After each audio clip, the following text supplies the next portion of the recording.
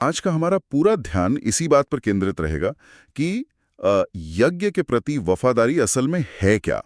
हमारा मुख्य मिशन आज ये समझना है कि जब हम बड़ी सहजता से कह देते हैं ना कि हम यज्ञ के हैं, हाँ, बहुत आम बात है ये कहना। तो इसका वास्तविक गहरा अर्थ क्या होता है। मतलब क्या हम सचमुच परमात्मा के इस महान कार्य के प्रति वफादार हैं, या फिर कहीं अनजाने में हम केवल अपने अहंकार, अपने स्वयं के विचारों और अपने मान सम्मान को ही पोषित कर रहे हैं। ज्ञान के अनुसार ये विषय किसी भी आत्मा के लिए एक आध्यात्मिक अग्नि परीक्षा से कम नहीं है। वफादारी शब्द सुनने में जितना सरल लगता है, उसे जीना उतना ही चुनौतीपूर्ण है। बिल्कुल। जब हम ज्ञान की गहराइयों में जाते हैं तो ये स्पष्ट होता है कि वफादारी केवल कुछ नियमों को मान लेने तक सीमित नहीं है। ये हमारी भावनाओं, हमारे सबसे सूक्ष्म संकल्पों और हमारे कर्मों के बिल्कुल मूल तक जाती है। सही बात है। आज की ये चर्चा हम सभी आत्माओं के लिए एक दर्पण की तरह काम करेगी, जिसमें हम अपनी वास्तविक आंतरिक स्थिति को बहुत स्पष्ट रूप से देख सकेंगे। क्योंकि अक्सर हम बाहर से बहुत आदर्श दिखते हैं, बहुत आदर्श, हाँ, लेकिन भीतर की कहानी कुछ और ही होती है। बिल्कुल। और चलिए इसे थोड़ा और गहराई से समझते हैं। ज्ञान के जिन पहलुओं पर हमारी चर्चा कर रहे हैं उनमें एक बात बहुत स्पष्ट रूप से उभर कर आती है। अक्सर हम देखते हैं कि साधारण बोलचाल में या कहिए भौतिक दुनिया के प्रभाव में आकर यज्ञ को एक भौतिक संस्था मान लिया जाता है। एक स्ट्रक्चर की तरह। हाँ, ऐसा लगता है जैसे ये कोई ट्रस्ट रजिस्ट्रेशन है, कोई इमारत है या पदों की बनी बनाई संरचना है। हाँ। मतलब जैसे कि कौन प्रभारी है, कौन पूर्ण रूप से समर्पित है या कौन केवल सेवाधारी है। बिल्कुल, हम बाहरी लेबल्स पर अटक जाते हैं। बाहरी रूप से देखने पर यह एक बहुत ही व्यवस्थित प्रशासनिक ढांचा लगता है, लेकिन ज्ञान हमें ये सोचने पर मजबूर करता है कि क्या यज्ञ को केवल एक ढांचे के रूप में देखना सही है। अगर हम ज्ञान के इस परिप्रेक्ष्य को समझें तो ये स्पष्ट होता है कि यज्ञ कोई व्यक्ति विशेष नहीं है और ना ही ये ईंट पत्थरों से बनी कोई भौतिक संस्था है। यज्ञ वास्तव में एक बहुत बड़ी निरंतर चलने वाली आध्यात्मिक प्रक्रिया का नाम है। ये परमात्मा द्वारा रचा गया वह दिव्य कार्य है जिसे आत्माओं के विश्व परिवर्तन के लिए शुरू किया गया है, एक बहुत बड़े उद्देश्य के लिए। जी, ज्ञान में इसे एक आध्यात्मिक अग्नि के रूप में समझाया गया है। परमात्मा ने इस अग्नि को प्रज्वलित ही इसलिए किया है ताकि हम आत्माएं अपने पुराने विकारों, अपने कड़े संस्कारों और जो हमारी स्वार्थपूर्ण प्रवृत्तियां हैं उनकी इसमें आहुति दे सकें, स्वाहा कर सके। बिल्कुल। ये कोई सांसारिक संगठन नहीं है जहां पद या प्रतिष्ठा पाई जाती है, बल्कि ये तो स्वयं के पुराने स्वरूप को मिटाकर एक नया शुद्ध स्वरूप करने की भट्ठी है। ये समझना बहुत जरूरी है, क्योंकि जब हम इसे एक संस्था मान लेते हैं तो हमारी सारी अपेक्षाएं सांसारिक हो जाती हैं, जैसे कि प्रमोशन मिलना, नाम होना या कुर्सी मिलना। हाँ, जो कि बहुत ही लौकिक सोच है। लेकिन जब हम इसे एक आध्यात्मिक अग्नि मानते हैं तो हमें यह समझ आता है कि यहाँ कुछ पाना नहीं है, बल्कि अपने विकारों को स्वाहा करना है। और यहाँ एक बहुत ही दिलचस्प बात सामने आती है जो मानव मनोविज्ञान से गहराई से जुड़ी है। वो क्या? देखिए, जब परिस्थितियां अनुकूल हों, जब सब कुछ अच्छा चल रहा हो, किसी बड़ी सेवा में बहुत नाम हो रहा हो, तब वफादार बने रहना तो बहुत आसान है। हर कोई ऐसे समय में आगे की पंक्ति में खड़ा होना चाहता है। हाँ, वो तो स्वाभाविक है, लेकिन असली परीक्षा तो तब शुरू होती है जब हवा विपरीत दिशा में बहने लगे। यही वो बिंदु है जहां ज्ञान हमारी गहरी परीक्षा लेता है। ज्ञान के अनुसार असली वफादारी की परख तब होती है जब परिस्थितियां हमारे बिल्कुल प्रतिकूल हों। कल्पना कीजिए एक ऐसी स्थिति की जहां किसी ने हमारे समर्पण को समझा ना हो, जहां दिन रात सेवा करने के बाद भी कोई प्रशंसा ना हो रही हो, कोई अप्रिसिएशन ना हो। बिल्कुल। या जहां हमें वो महत्व न मिल रहा हो जिसकी हम भीतर ही भीतर बहुत ही सूक्ष्म रूप से अपेक्षा कर रहे थे। और ये बहुत सूक्ष्म होता है, हमें लगता है हम निष्काम है, पर अंदर एक इच्छा होती है। बिल्कुल। ऐसी स्थिति में जब मन को चोट पहुंचती है, तब भी अगर मन में रत्ती भर भी कड़वाहट, कटुता या शिकायत न आए तो उसे सच्ची वफादारी कहा जाता है। बाबा कहते हैं कि जो आत्मा परिस्थिति देखकर अपनी निष्ठा बदलती है वो वफादार नहीं है। तो वो क्या है? वो अवसरवादी है। अवसरवादी आत्माएं केवल तब तक साथ हैं जब तक उनका मान सम्मान सुरक्षित है। अवसरवादी, ये शब्द सुनने में थोड़ा चुभ सकता है, लेकिन ये एक बहुत बड़ी सच्चाई है। इसका मतलब तो ये हुआ कि अगर हमें सम्मान मिल रहा है, हमारी बात सुनी जा रही है, तो हम बड़े उत्साह से कहते हैं कि ये मेरा यज्ञ है। हाँ, लेकिन जैसे ही हमारे विचारों को किनारे कर दिया गया या हमें महत्व नहीं मिला तो हम दूरी बना लेते हैं। ये तो पूर्ण रूप से स्वार्थ हुआ। 100% स्वार्थ है ये। इसका अर्थ ये है कि वफादारी का सीधा संबंध हमारे मन के पूर्ण अनुशासन से है। और इसी संदर्भ में एक और बात उभर कर आती है जो हम अक्सर देखते हैं। लोग किसी विशेष व्यक्ति, किसी दीदी, दादा या किसी वरिष्ठ प्रभारी के प्रति बहुत अधिक निष्ठावान हो जाते हैं और उसे ही यज्ञ के प्रति वफादारी मान लेते हैं। और ज्ञान इस सूक्ष्म भ्रम के प्रति बहुत स्पष्ट चेतावनी देता है। कई आत्माएं इसी जाल में उलझ जाती हैं। व्यक्ति पूजा में हमें स्पष्ट करता है कि हमारी वफादारी किसी व्यक्ति विशेष के प्रति नहीं, बल्कि हमेशा सिद्धांतों के प्रति होनी चाहिए। वफादारी किसी दीदी, दादा, ट्रस्टी या प्रभारी से नहीं है। वफादारी उस ज्ञान से है, उन मर्यादाओं से है जो सीधे परमात्मा से प्राप्त हुए हैं। क्योंकि व्यक्ति तो बदल सकते हैं, उनका स्वभाव बदल सकता है। बिल्कुल। यज्ञ केवल व्यक्तियों के कंधों पर नहीं टिकता, यज्ञ ईश्वरीय मर्यादाओं पर टिकता है। अगर हम किसी व्यक्ति के बात करने के तरीके या उसकी विशेषताओं से प्रभावित होकर केवल उसके पीछे पीछे चलने लगें, तो यह वफादारी नहीं बल्कि मोह का एक अत्यंत सूक्ष्म रूप है। बहुत गहरी बात कही आपने, मोह का सूक्ष्म रूप। हमारी निष्ठा व्यक्ति के स्वभाव से नहीं बल्कि उसके द्वारा निभाए जा रहे सिद्धांतों से होनी चाहिए। ये बात बहुत सटीक है, क्योंकि अगर मैं इसे कसौटी माने तो हम कई भावनात्मक उलझनों से बच सकते हैं। हम सभी एक संगठन के रूप में साथ रहते हैं, साथ सेवा करते हैं, तो स्वाभाविक रूप से दोस्तियां और संबंध बन जाते हैं। जी बिल्कुल बनते हैं। हम एक दूसरे के सुख दुख के साथी बन जाते हैं। लेकिन ज्ञान का दृष्टिकोण यहाँ क्या कहता है? क्या सिद्धांतों और इन संबंधों के बीच कोई टकराव उत्पन्न होता है? और अगर ऐसा होता है तो ज्ञान हमें किस दिशा में ले जाता है? ज्ञान इस बात पर बहुत जोर देता है कि हम इस आध्यात्मिक मार्ग पर मित्रता निभाने या लौकिक संबंधों जैसी एक नई दुनिया बसाने नहीं आए हैं। हम सभी आत्माओं को परमात्मा ने सत्य धर्म की स्थापना यानी सतयुग की स्थापना के एक बहुत ही महान और गंभीर कार्य के लिए चुना है। ये कोई सामाजिक क्लब नहीं है, यह एक ईश्वरीय कार्य है। सही कहा, कोई सोशल गैदरिंग नहीं है ये। दोस्ती, भाईचारा और संबंध तभी तक पवित्र और लाभकारी माने जाते हैं जब तक वे बाबा के कार्य में सहयोगी हैं और मर्यादा के पूर्णतः भीतर हैं। और अगर मर्यादा से बाहर जाएं तो? यदि हम कभी सिद्धांतों की जगह अपने संबंधों को ज्यादा महत्व देने लगें या फिर मर्यादा की जगह अपनी व्यक्तिगत सुविधा को चुनने लगें, तो धीरे धीरे यज्ञ का पूरा आधार ही कमजोर होने लगता है। इस बात को अगर हम रोजमर्रा के जीवन में उतार कर देखें तो एक बहुत गंभीर स्थिति है। मान लीजिए कि कोई आत्मा हमारे बहुत करीब है, हमारी बहुत अच्छी मित्र है, लेकिन वो स्पष्ट रूप से बाबा की शिक्षाओं और मर्यादाओं के विरुद्ध चल रही है। ऐसा कई बार देखने में आता है। ऐसे में केवल दोस्ती निभाने के लिए उसका साथ देना या उसकी गलत बातों पर पर्दा डालना या उसका अंधानुकरण करना, ये तो ज्ञान के अनुसार यज्ञ के प्रति बहुत बड़ी अवफादारी हो गई। बिल्कुल। ज्ञान हमें किसी भी आत्मा का अंधानुकरण करने की अनुमति नहीं देता, चाहे वो आत्मा कितनी भी पुरानी या अनुभवी क्यों ना हो। अनुभव का मतलब ये नहीं कि वो हमेशा सही हो। जी, हमें केवल उन्हीं कदमों का अनुसरण करना है जो बाबा की शिक्षाओं पर चल रहे हैं, जो मर्यादाओं का पालन कर रहे हैं और जो सिद्धांतों के आधार पर निर्णय ले रहे हैं। यही सच्ची निष्ठा की पहचान है। जब इन ज्ञान की आवाज को अनसुना करके अपने मन की या अपने करीबियों की सुनने लगते हैं, तो हम अनजाने में ही परमात्मा के कार्य में एक बहुत बड़ा विघ्न बन जाते हैं। हम उस सुरक्षा चक्र को तोड़ देते हैं जो मर्यादाओं से बना है। लेकिन यहाँ एक बहुत ही व्यावहारिक प्रश्न उठता है जो अक्सर कई आत्माओं के मन में आता है। मान लीजिए कि हम यज्ञ में निष्ठापूर्वक चल रहे हैं और हमें कुछ ऐसा होता हुआ दिखाई देता है जो स्पष्ट रूप से अनुचित है, जो मर्यादा के खिलाफ है। जी। तो ऐसी स्थिति में एक वफादार आत्मा को क्या करना चाहिए? क्योंकि अंदर से एक आवाज आती है कि मुझे इसे ठीक करना चाहिए या मुझे इसके खिलाफ आवाज उठानी चाहिए।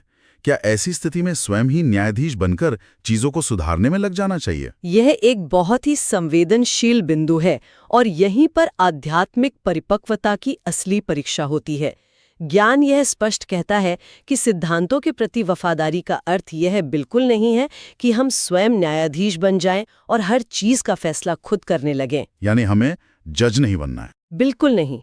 यदि हमें कुछ अनुचित प्रतीत होता है तो हमारा ये परम कर्तव्य है कि जो निमित्त आत्माएं हैं, जो उस विशेष कार्य या स्थान के लिए जिम्मेदार हैं, केवल उन्हें स्पष्ट रूप से इसकी सूचना दें। सूचना देकर रुक जाएं। हाँ, सूचना देकर पूरी तरह से साक्षी हो जाना। यही एक बड़े आध्यात्मिक संगठन में चलने की सबसे बड़ी और सबसे कठिन मर्यादा है। साक्षी हो जाना, ये सिद्धांत सुनने में बहुत सरल लगता है, लेकिन इसे व्यवहार में लाना अत्यंत कठिन है, क्योंकि मनुष्य का स्वभाव है कि वह अपने द्वारा उठाई गई बात का परिणाम देखने के लिए बेताब रहता है। हाँ, हमें लगता है हमने बोल दिया तो तुरंत कुछ होना चाहिए। बिल्कुल, हमें लगता है कि अगर हमने कुछ बताया है तो तुरंत कार्रवाई होनी चाहिए, और जब ऐसा नहीं होता तो हम बार बार आग्रह करते हैं, दबाव बनाते हैं, या फिर बाकी लोगों के बीच बैठकर उस विषय पर चर्चा करने लगते हैं और गॉसिप शुरू हो जाती है। हम एक विरोध का वातावरण फैलाने लगते हैं कि देखो ये गलत हो रहा है और कोई कुछ नहीं कर रहा। कई बार तो ये भी देखने में आता है कि लोग धमकियों पर उतर आते हैं कि हम इस बात को ऊपर तक लेकर जाएंगे। और यहीं पर हम ज्ञान के मार्ग से भटक जाते हैं। ज्ञान के अनुसार इस प्रकार का आचरण यज्ञ की रक्षा नहीं है, ये गहराई में छिपे अपने स्वयं के अहंकार की संतुष्टि है। ये साबित करने की जिद कि मैं सही था। जी, जब हम बार बार दबाव बनाते हैं या विरोध का वातावरण फैलाते हैं तो हम उस पवित्र आध्यात्मिक अग्नि में अशांति और अविश्वास के प्रकंपन पैदा करते हैं। नेगेटिव वाइब्रेशंस फैलाते हैं। मर्यादा में रहकर चलने का वास्तविक अर्थ है अपना कर्तव्य पूरी ईमानदारी से निभाना और फिर परिणाम को पूरी तरह से बाबा पर छोड़ देना। हमारे भीतर ये अटूट विश्वास होना चाहिए कि यज्ञ परमात्मा का है और वह इसे भली भांति चलाना जानता है। जो आत्मा अपना कार्य करके परिणाम ईश्वर पर छोड़ देती है, वही वास्तव में ज्ञान के प्रति वफादार है। ये विश्वास की एक बहुत ऊंची अवस्था है। इसके साथ ही एक और भ्रम है जिस पर ज्ञान बहुत गहराई से प्रकाश डालता है। हम अक्सर आध्यात्मिकता को बहुत ही भौतिक और बाहरी चीजों से तौलने लगते हैं। कैसे? बहुत बार ये धारणा बन जाती है कि अगर किसी ने सफ़ेद कपड़े पहन लिए हैं, नियम से बैज लगा लिया है, या कोई लंबे समय से किसी सेंटर या मधुबन जैसी पवित्र जगह पर रह रहा है, तो वो आत्मा स्वतः ही यज्ञमय हो गई है। ये आध्यात्मिकता के मार्ग का एक बहुत ही सामान्य लेकिन गहरा भ्रम है।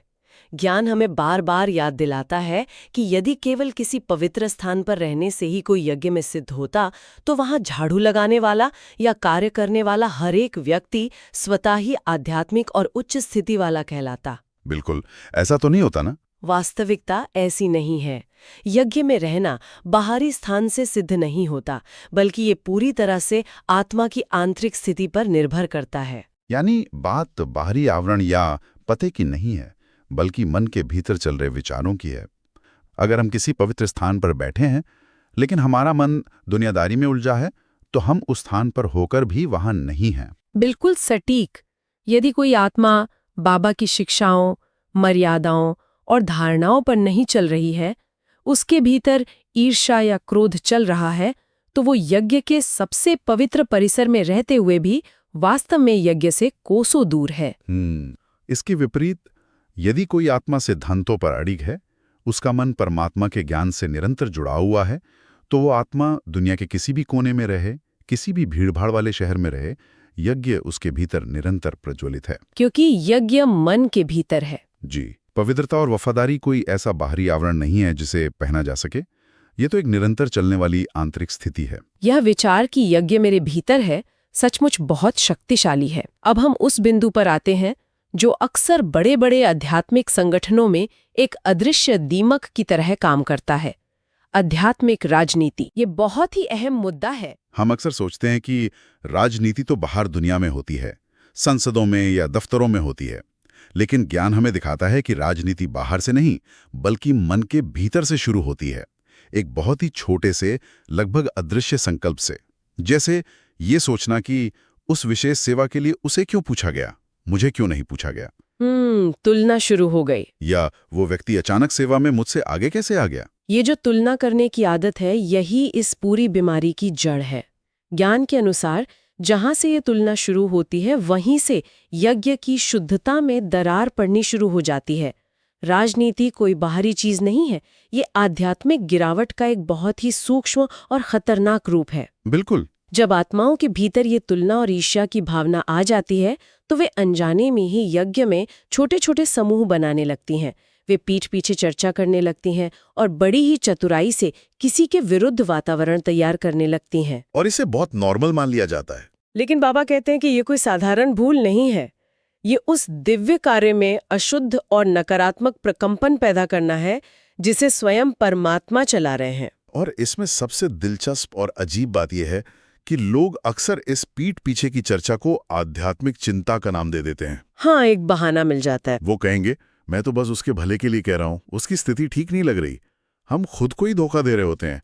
हम सोचते हैं कि हमने बस थोड़ी सी बातचीत ही तो की है, अपनी भावना ही तो व्यक्त की है, लेकिन वास्तव में हम उस ईश्वरीय कार्य में विघ्न डाल रहे हैं। और इससे भी खतरनाक स्थिति तो तब होती है जब कोई आत्मा दोहरा जीवन जीने लगती है। हाँ, ये सबसे गंभीर और चिंताजनक अवस्था है।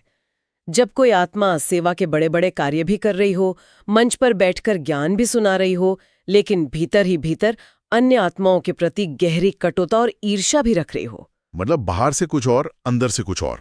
बाहर से चेहरे पर बहुत मीठी मुस्कान हो, लेकिन भीतर एक गहरा विरोध और असंतोष पल रहा हो।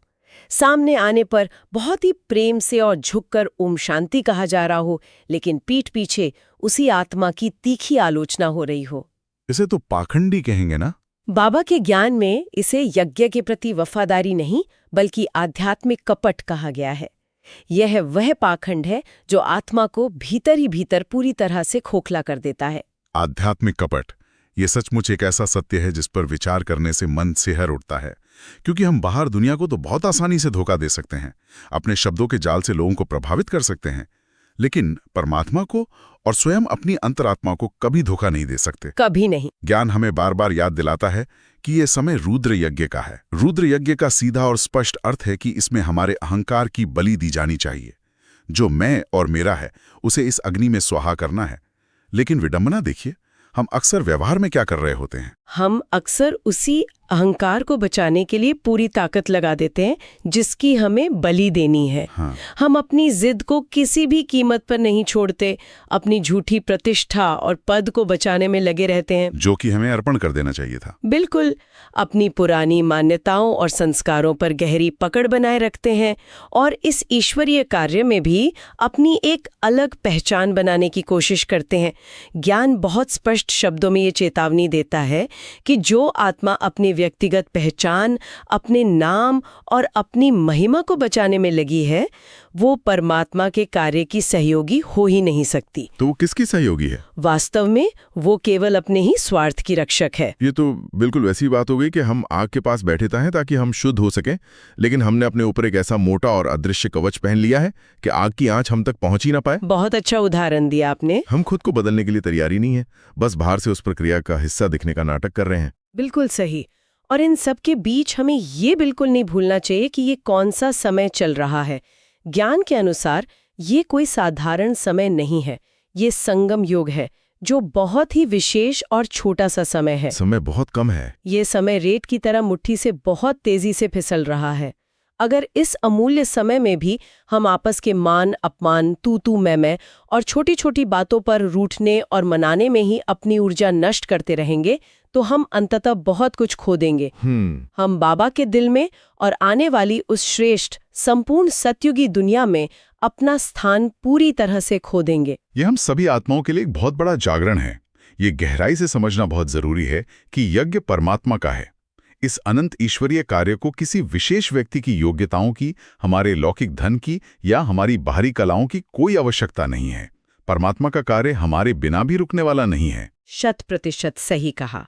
परमात्मा का कार्य किसी भी मनुष्य पर निर्भर नहीं है। केवल और केवल हमारी आंतरिक शुद्धता ही हमें इस महान कार्य के लिए उपयोगी बनाती है। केवल शुद्धता। यदि हम अपने मन में अशुद्ध भाव रखते हैं, ईर्ष्या रखते हैं या किसी के प्रति द्वेष पालते हैं, तो हम परमात्मा का या यज्ञ का कुछ नहीं बिगाड़ रहे होते। हम केवल और केवल स्वयं की आध्यात्मिक शक्ति को क्षीण कर रहे होते हैं। तो अगर हम इस पूरी विस्तृत और गहन चर्चा का सारांश निकालें तो बात बिल्कुल स्पष्ट होकर सामने आ जाती है। यज्ञ के प्रति सच्ची वफादारी का अर्थ ये बिल्कुल नहीं है कि हम केवल बाहरी रूप से कुछ नियम मान लें या कुछ कर्मकांड पूरे कर लें। जी। इसका वास्तविक अर्थ है अपने मन को, अपने हर एक सूक्ष्म संकल्प को हर परिस्थिति में पूरी तरह नियंत्रित रखना, अपनी छोटी बड़ी शिकायतों को दूसरों के सामने रखने के बजाय योग की अग्नि में गलाना, यही सच्ची तपस्या है। अपनी सभी भौतिक, मानसिक और भावनात्मक अपेक्षाओं को पूरी तरह से त्याग देना और जीवन का केवल एक ही अडिग लक्ष्य रखना कि परमात्मा का ये महान कार्य निर्विघ्न रूप से आगे बढ़े और मैं उसमें एक शुद्ध माध्यम बनूं। और ये लक्ष्य तभी पूरा हो सकता है जब हम अपने अंदर बैठे हुए उन सूक्ष्म विकारों को, उस निरंतर तुलना करने की आदत को, उस ईर्ष्या, मोह और अहंकार को सचमुच स्वाहा कर दें। जब तक भीतर के इस कचरे की सफाई नहीं होगी, तब तक बाहर का कोई भी आवरण, कोई भी सफेद वस्त्र या कोई भी पद हमें यज्ञ का सच्चा स्नेही और वफादार नहीं बना सकता। वफादारी एक निरंतर किया जाने वाला आंतरिक यज्ञ है। इस बहुत ही गहरी और आत्मा को पूरी तरह से जगाने वाली चर्चा को समाप्त करने से पहले एक नया विचार है जो मन में उभरता है और जिस पर हम सभी को गहराई से चिंतन करना चाहिए। हम अक्सर सोचते हैं कि वफादारी का अर्थ है यज्ञ के पक्ष में कुछ बोलना या कार्य करना, लेकिन क्या कभी-कभी सच्ची वफादारी का अर्थ पूर्ण मौन धारण करना भी हो सकता है? ये एक बहुत ही सुंदर विचार है। जब हमारा अहंकार चीख-चीख कर खुद को सही साबित करना चाहता हो, जब हमारे पास तर्क हो कि हम अपनी जगह सही हैं, लेकिन फिर भी यज्ञ के शांत और पवित्र वातावरण को बनाए रखने के लिए हम चुप रहने का साहस दिखाएं, क्या वो मौन जिसमें कोई कड़वाहट ना हो वफादारी की सबसे ऊंची और सबसे कठिन अवस्था नहीं है? आने वाली आत्माएं हमारे शब्दों को नहीं, बल्कि हमारे द्वारा छोड़े गए इसी शांत वातावरण की विरासत को महसूस करेंगी। ये एक ऐसा विचार है जिस पर हम सभी आत्माओं को एकांत में गहराई से विचार करना चाहिए। ओम शांति। ओम शांति।